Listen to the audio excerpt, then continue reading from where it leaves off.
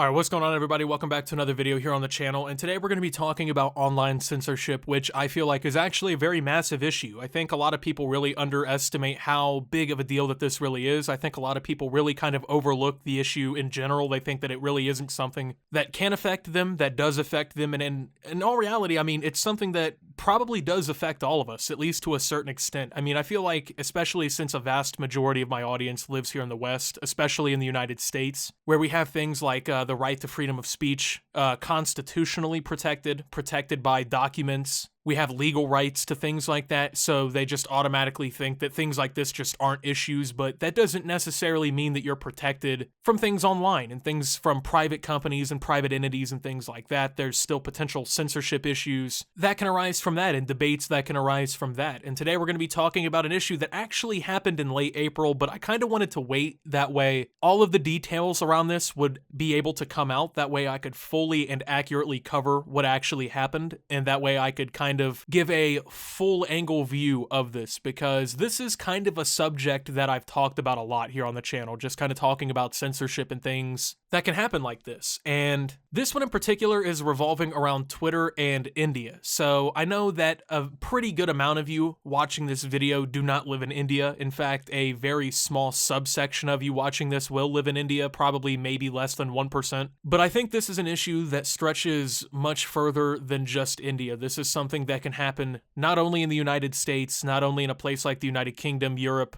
pretty much anywhere in the world. Online crackdowns are a growing possibility in today's world. You need to protect yourself. Dashlane is a secure, easy-to-use everyday tool for your PC, phone, or tablet. Dashlane saves you time and headaches by auto-generating your passwords and storing them all for a simple one-click login process. With Dashlane, you don't have to waste time resetting passwords or manually entering in credit card information. It just works with 2 clicks. In addition to storing your digital information, Dashlane has a secure built-in VPN to help prevent you from being tracked online. And Dashlane's encryption makes it one of the most secure ways to store your information as well. You can try Dashlane for free on your first device at www.dashlane.com/Optimus, and if you decide to upgrade to premium to use Dashlane anywhere, you can use code Optimus for 10% off. Thank you to Dashlane for sponsoring this video. So, over the last few months, if you didn't know, there's been a pretty massive surge in COVID-19 cases and deaths in the country of India. The country has definitely struggled with the pandemic. It's been one of the worst affected countries in the world since the start of the entire outbreak, and it's been pretty horrible to see what's happened. The government definitely has not taken, I would say, the necessary precautions to save lives. They haven't done enough, I would think, to curb the death toll and the current amount of cases. And I think that the government knows that, considering exactly what they did in this case, and that's what we're going to be talking about here. And I know that everyone's so tired of talking about the pandemic. We're all tired about, talking about masks and these mandates and whether or not it's safe to do this and whether or not COVID's doing that. Like, I understand we're so tired of hearing about that. It's been well over a year, but when a situation like this unfolds, it's something that's important to talk about. It's important that we look at this and we analyze it and we bring awareness to things like this, so that this doesn't become a much more commonplace issue even outside of things like this. So Twitter has removed more than 50 tweets critical of the Indian government's handling of the coronavirus pandemic, and did so at the request of the Indian government. First reported by Indian news site Medianama, the Indian government sent Twitter an emergency order on Friday, this was back in late April, to censor 52 tweets, according to a disclosure notice on the Lumen database. The censored accounts included a sitting member of India's parliament, 2 filmmakers, an actor, and a West Bengal state minister. A Twitter spokesperson said in an email to The Verge that a company may make certain tweets unable to be viewed by people within India if the tweets violate local law. Twitter says it notified account holders before it withheld content to make them aware that the action was taken in response to a legal request from the government of India. Quote, "When we receive a valid legal request, we review it both under the terms of Twitter's rules and local law. If the content violates Twitter's rules, the content will be removed from the service," according to the Twitter spokesperson. "If it's determined to be illegal in a particular jurisdiction but not in violation of the Twitter rules, we may withhold access to the content in India only. In all cases, we notify the account holder directly so that they're aware we've received a legal order pertaining to the account." This is not the first time that Twitter has bowed the pressure from the Indian government. During protests by farmers in February, the company permanently blocked more than 500 accounts and removed others from being visible within India. The the Indian government issued a notice of non-compliance to the company, the New York Times reported at the time, which could have meant jail time for Twitter's employees in India if the company had refused. Among the accounts suspended in February were Indian news magazines The Caravan, which was later reinstated. So this is a few weeks old at this point, but even then I think that it's still important to talk about. I actually did not know about the entire farmers' protest censorship before I read this article and started researching for this video, but that actually kind of adds to my case here. So we are talking in particular about India here, but I think that this is a much further reaching issue because there's actually dozens of countries around the world that do a very, I would say, good amount of internet censorship, whether it's fully blocking pretty much Western media from the internet altogether, or if it's even just minor censorship like this, just blocking a couple dozen accounts. Regardless, censorship is censorship, and when you have Twitter literally complying with governments like this to censor things that shouldn't be censored, I feel like that's a problem now.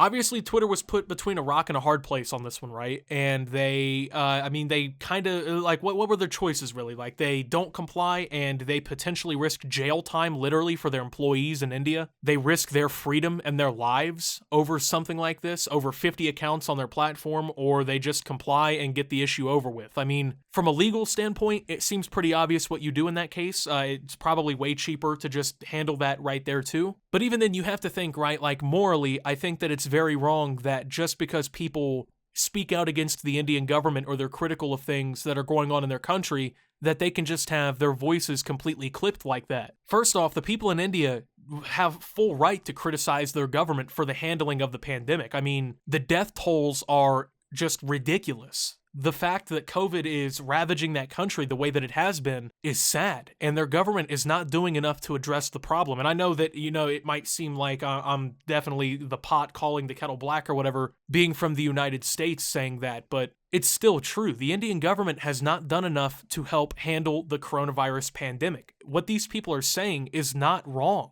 But here in the United States, I can, in this YouTube video, right, I can sit here and say, oh, fuck Joe Biden, fuck the United States government, I hate the Department of Energy, I can't stand the FBI, the CIA sucks, NASA's pretty cool, I don't like the NSA, which I really don't like the NSA, but, I can do things like that, and, tomorrow, like, my Twitter's not going to disappear. My YouTube channel's not going to disappear. I'm not going to just fucking, be blinked off the internet because I said something critical of the government. And that's an obvious privilege, right? Because millions upon millions of people around the world do not have that privilege to be able to speak their opinions and say things like that and be critical like that. And it's kind of shitty because if people in India were able to be more critical and they were able to raise their voices out more and speak out and try to handle things better, it's possible that accountability could lead to a better outcome for their country. But the government is afraid of people saying anything and actually rising up and doing anything, and this is something that we've seen historically happen. Censorship is nothing new, but this is still an issue that needs to be addressed regardless, right? Like, people can't just be randomly censored on Twitter and then nobody say anything. Now, the real issue I think that comes from this is the possibility of this spreading elsewhere, right? Like, what if governments around the world continue to do this and it spreads beyond India, right? In all reality, I mean, what if the United States government really did just say, fuck the Constitution? Because, I mean, do you really think,